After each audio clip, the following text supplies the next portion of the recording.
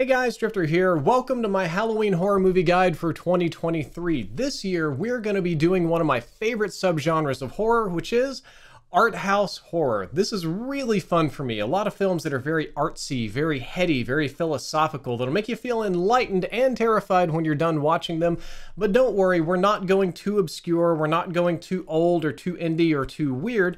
Though, if you do want to see some of that, you should check out my Halfway to Halloween guide, which is linked down there below, where I talked about some very obscure indie deep cut horror films that are out of this world, violent, crazy, and intense. But today we're going to be focusing on artistic merit. And without any further ado, let's start off with film number one, which is Jacob's Ladder. This is a 1990 psychological horror film that can best be described as unsettling, as creepy, slow-paced, perhaps even slow burn, but also with bursts of ultra-violence to spice up those little psychological moments in between.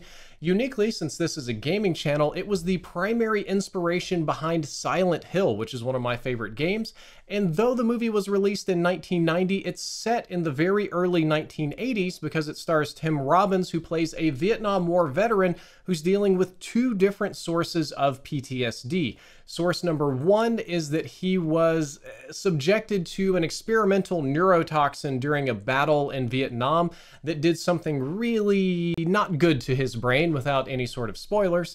And number two is that after that traumatic experience of both the neurotoxin and combat, he came back home only to watch his son die in a car accident, which ultimately broke his family into little pieces. So now he lives with a girlfriend instead of his wife.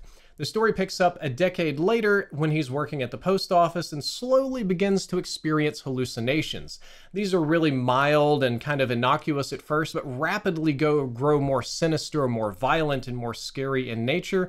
On top of that, and I think this is the most effective horror, is that he begins to believe that he's being followed by government agents, and then perhaps even by paranormal entities, or perhaps the two are one and the same. Incredibly, some of his squad mates that were exposed to the same chemicals and survived the same attack begin to report the same or similar things, and some even start dying under mysterious circumstances. So as he tries to unravel the mystery of what chemical he was exposed to and what it's done to him, his mental state slowly unravels through the course of the film. The hallucinations get more intense. When he passes out from fear or stress, he wakes up in an alternate world where his son's still alive and he's still married to his wife and everything is fine.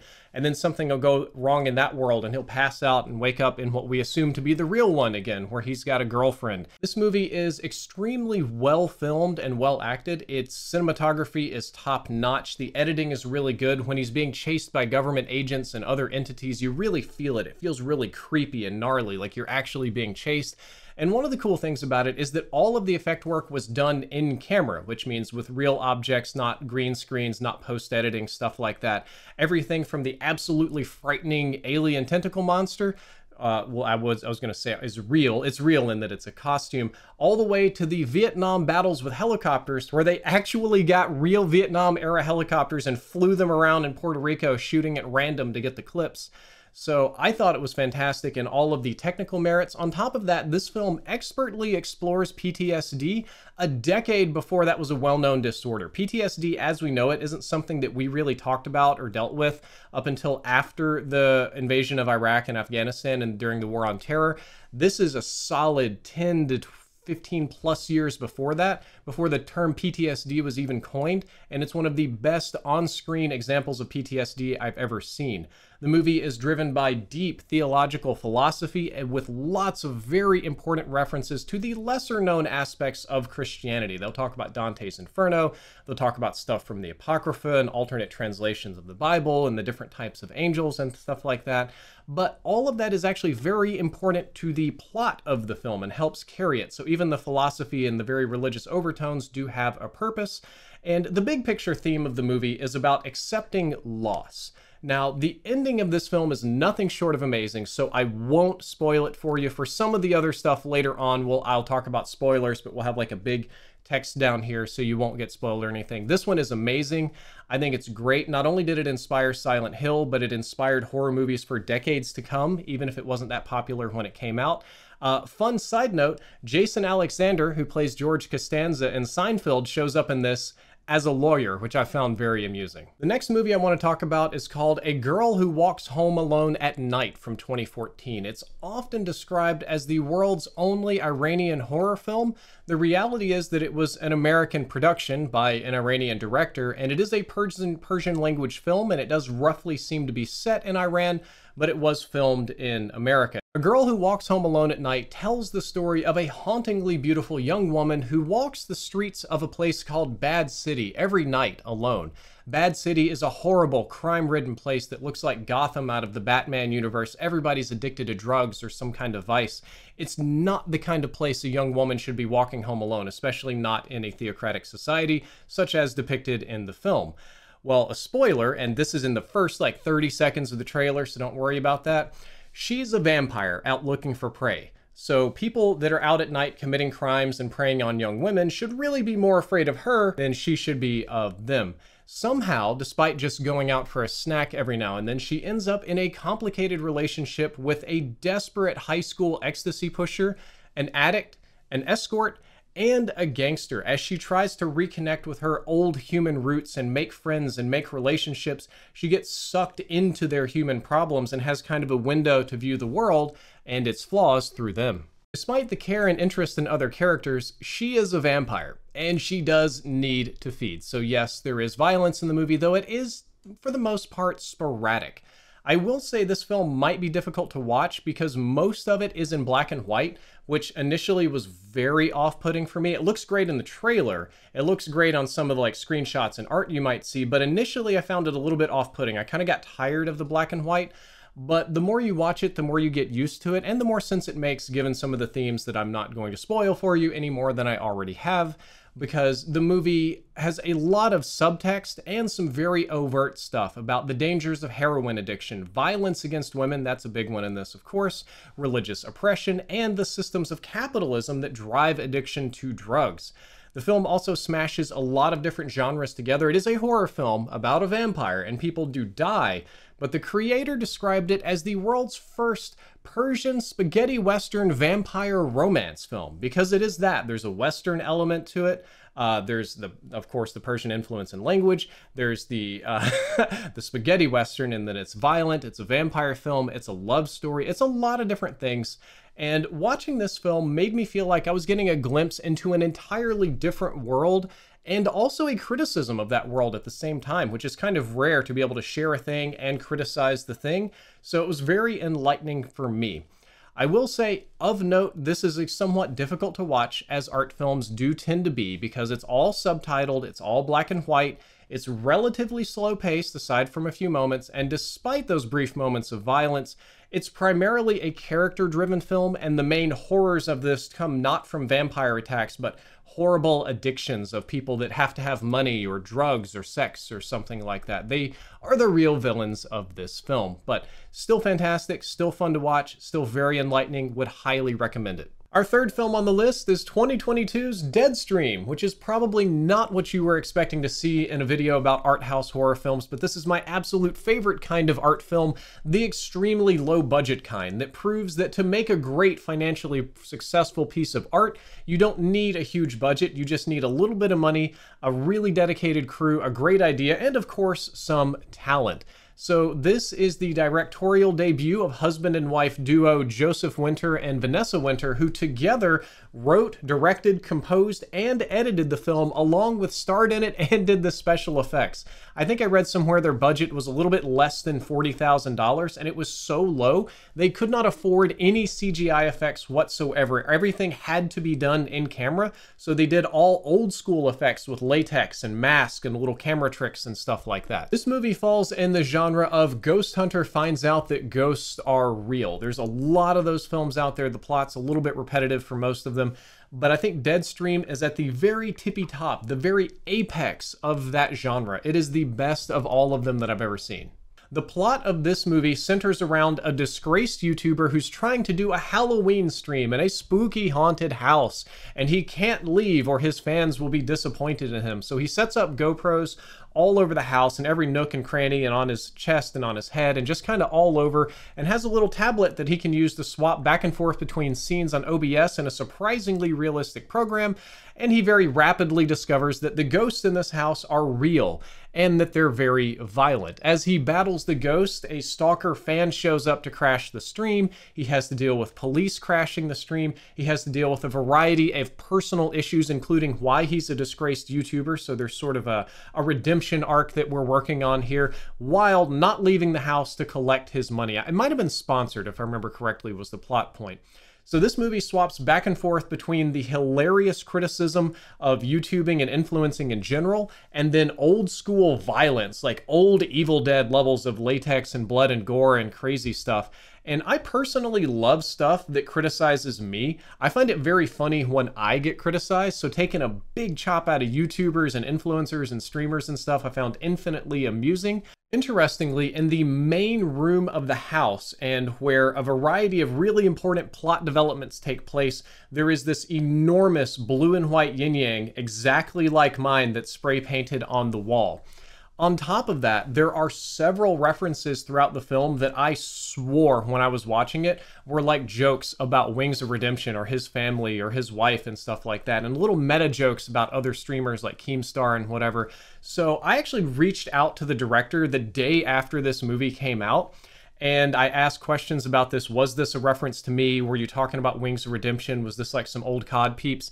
And apparently no. The guy had no idea who I was, no idea who Wings was, or any of these people, but tried to craft believable sounding YouTuber and streamer stories, which I guess we are walking stereotypes of these days. And the giant blue and white yin-yang, the symbol that I've used for years and years, was actually in the abandoned property when they got permission to film it. All the graffiti that's already there is stuff that other people did. So they're like, dude, somebody might have been a fan of yours and gone homeless and just spray painted your giant yin-yang on the wall. I don't honestly know, but it was really cool. It was really cool that he answered questions. Perhaps my vanity wanted it to be about me, but that's okay. It was still very, very fun to watch. I think this movie does more with $40,000 than most movies can do with 40 million. And I also love the old school effects. Like nothing really beats having a physical object on film. CGI just doesn't compete with that. Moving along, the newest and most widely recognizable film in today's video is going to be Jordan Peele's 2022 film, Nope. I think it fits the criteria for this video perfectly, and it's my second favorite Jordan Peele film after Get Out. Get Out was still a little bit better. This is number 2, and I think it blends together a variety of themes and genres kind of expertly and also at times unexpectedly, which we'll get to in a moment. For plot synopsis, it tells the story of two siblings that are running a struggling Hollywood stunt ranch. It's the oldest ranch, the best ranch. It's got deep ties to Hollywood history, yet despite all of that hard work, the money is drying up. It's being replaced by CGI. Nobody wants to work with animals anymore. And this gets even worse after their father of the two siblings gets killed when pennies and other metallic objects mysteriously rain down on him from the air and impale him out of nowhere. So the two siblings try to run this farm, but eventually horses start disappearing, especially trained stunt horses, which is a very expensive problem to have, and the farm begins to experience random power blackouts.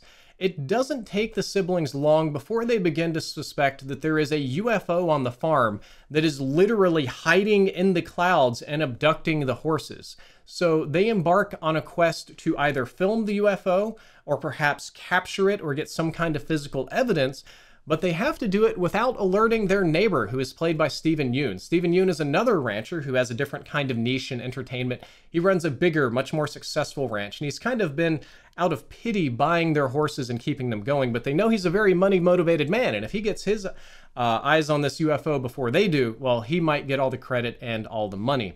I thought it was a great film. The first half of this movie is very deliberately slow-paced, a little bit misleading. It's filled with all the Jordan Peele historical facts about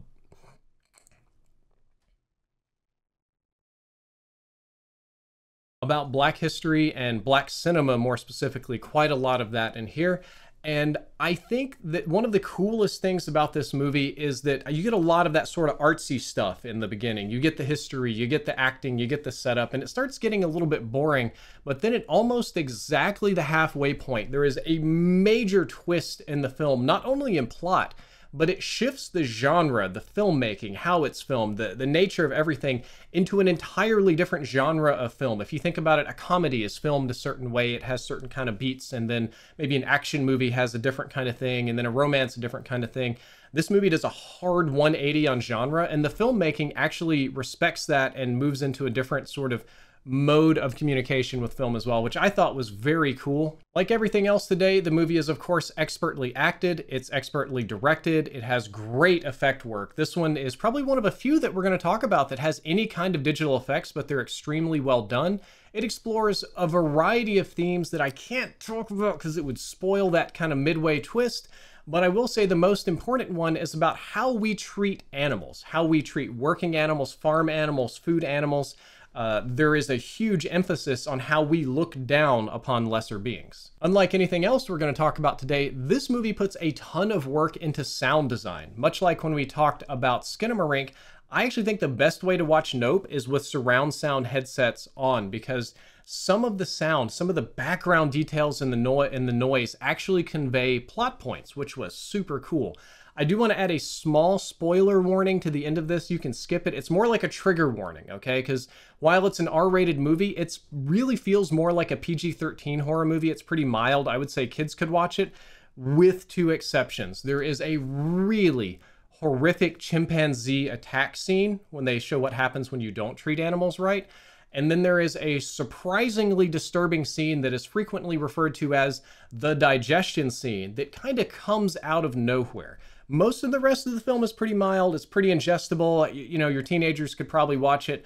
Those two little moments are way gnarlier. Our final film of the day is 1981's Possession. And before you watch this movie, I'd like to clarify that you want to get the 2 hour and 4 minute long EU cut and not the 81-minute American cut. They're like totally different movies. You want the EU cut. So this is both the most artistic film and the most difficult to watch film on the list. Possession is definitely a horror film in the traditional sense, but its primary purpose is to be allegorical to bad breakups, toxic relationships, and the people that get hurt in between as collateral. The movie stars a very, very young Sam Neill, who you may remember from Jurassic Park. He plays an international spy, and his estranged wife, who's played by Isabella Adjani, who for all 5 of you that watch French films might know that she's won their equivalent of the Oscars. So the cast is fantastic. It's directed by a Polish director whose name I will never even remotely attempt to pronounce on here because it'll be so wrong. But he wrote it about his divorce from his home country of Poland and moving to France or Germany or other places in Europe. So the most basic plot of this film is that Sam Neill plays an international spy who's currently living in West Berlin because he chose an early retirement to go spend more time with his young wife and young son. He decided he'd rather be a family man than a warmonger. However, when he returns home, he finds his son alone and largely neglected, and his wife is missing. He tracks down the wife and is shocked to find that she does not care about his son or about him or about really much of anything. She very bluntly tells him to her face that she has a new boyfriend that is the most important thing in the entire universe, and everything else is just total garbage. That the new man is infinitely better than he'll ever be, and she just doesn't care about her kids or anything. On top of this, she's very clearly kind of spaced out and loopy, hence the name Possession. It's almost like she's possessed. She becomes violent, disassociative, violent, and abusive towards both of them. And the spy, played by Sam Neill, being a military man and not really knowing how to solve problems in any other way, is equally abusive back. This is the kind of movie where there aren't many good characters to speak of. It's the toxicity of the relationship drags everybody down. And the spy decides to use his skill set to track down her new boyfriend and see what's so good about him. So he manages to do so relatively quickly, and amusingly, the first man that he finds is the man who was originally cuckolding him by sleeping with his wife while he was out on deployment in some kind of mission, but was shocked to see that the guy that was his wife's boyfriend was also looking for the new boyfriend because she dumped him too. Then they team up and work together. I'm not really spoiling a whole lot, but I will say that about an hour and 5, maybe about an hour and 15 minutes, a little bit past the halfway point in the film, there is a very, very big twist, and it's revealed who the real secret boyfriend is. Now, at this point, we're briefly going to talk about spoilers before going back into other discussions, because I don't expect any of you to really want to sit down and watch a 2-hour movie about an abusive relationship under the guise of a horror movie without knowing what you're getting into, so spoilers are starting now. It is revealed that the new boyfriend is actually a Lovecraftian entity that is in the process of being reborn in this old bombed out World War II era apartment by the Berlin Wall. That it's essentially a space tentacle monster, extremely good puppetry, extremely good effects, extremely gross. It's not the sexy pretty boy anime kind of tentacle monster. It's like a gross pile of tubes that rise out of blood on the floor and slosh around in its own filth and stuff like that. And anybody that sees this thing will either die instantly or suffer some kind of psychosis. And it has literally possessed the man's wife to turn her into a servant to nurture it to be reborn, including some adult relationships. And then the thing starts killing people and getting more violent and crazy. And that's where the horror really kicks in. She was really possessed by some otherworldly being. So now we're going back to not spoilers. So outside of that little spoiler section, which I hope the majority of you skipped, the majority of the horror in the film revolves around the two couples being extremely toxic to each other and the child that's stuck in the middle kind of suffering the worst consequences of all of it. Neither the husband nor the wife are particularly good or right or wrong in any particular situation. They're just awful for each other. And the movie is very heavy on themes. It's not only about relationships, but also about divorce. It's about divorce from your home country, which is why it was deliberately filmed in West Berlin, right next to the West Berlin Wall, literally in some horrible abandoned bombed out apartments, like real wasteland that we had there in Europe during the time, which is kind of cool to get an eye into. It's also very scary if you're able to see it from the child's perspective. So I grew up in a kind of broken home, and my mother did have some mental health problems. So I really got to see these scenarios play out in person, and it really hit hard watching them as an adult. The film is extremely artistic. It's extremely well acted. It's extremely well filmed. It's extremely well edited. It's great in all those regards.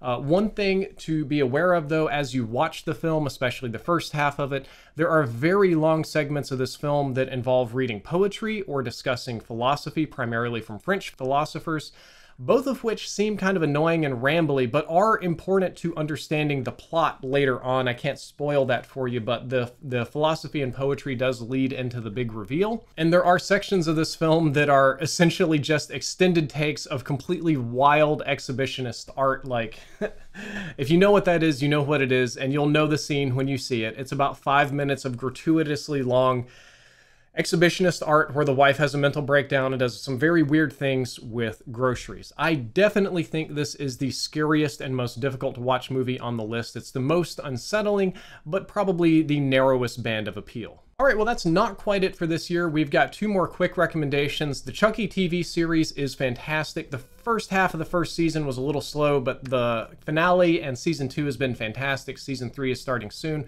We might cover that next year. And a little tiny film that just got completely buried and almost became a voodoo original called Cobweb, which stars Homelander, is a little bit artsy. It's not quite as artsy, not quite as good as a lot of the stuff on this list, but it is very scary. It is very well filmed because it's filmed from the perspective of a child, so the dimensions are all a little weird, and I think it's absolutely worth you guys checking out. All right, everybody, that's all for this year's Halloween horror movies. I hope that you check out any of these that may suit your fancy. I also hope you check out the video linked down there below where the wilder, crazier, more violent horror movies are, because that might appeal to some of you as well.